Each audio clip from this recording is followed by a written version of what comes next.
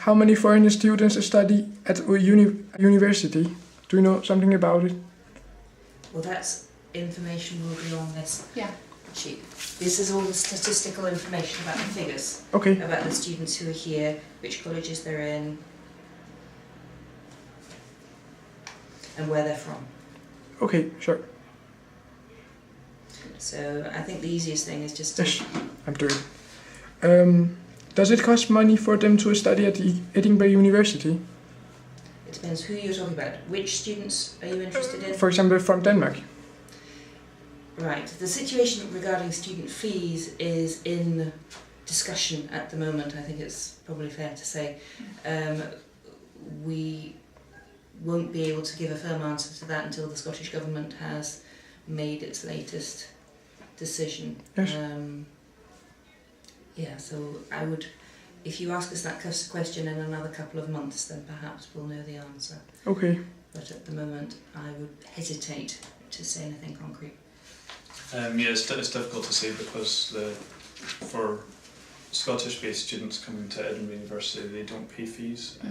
The Scottish Government pays the fees for them, but it's all up for discussion at the moment in terms of the rest of the fees, because for the rest of the UK, anyway, so England and Wales, students come from there, they'll be paying £9,000 a year, and also, you know, the EU student fees are, like as Claire said, are in discussion at the moment.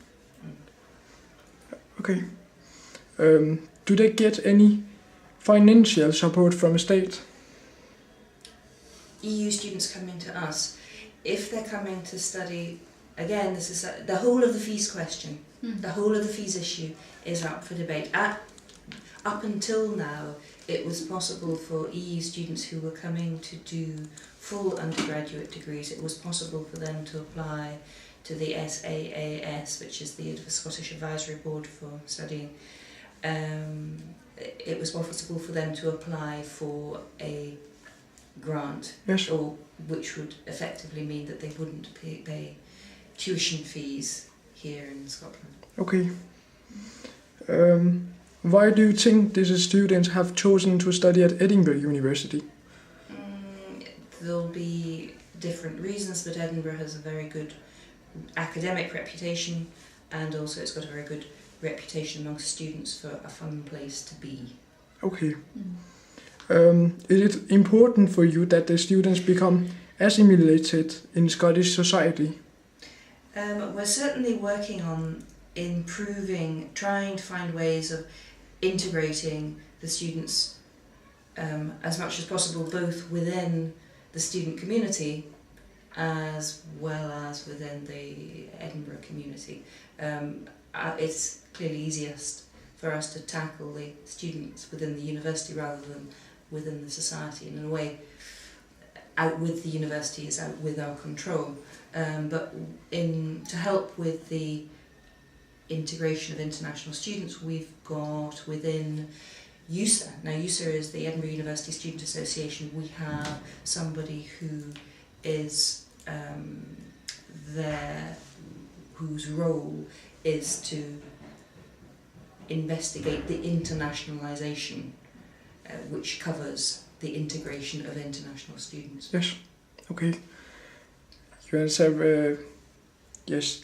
My next question was, in which way do you try to solve this topic?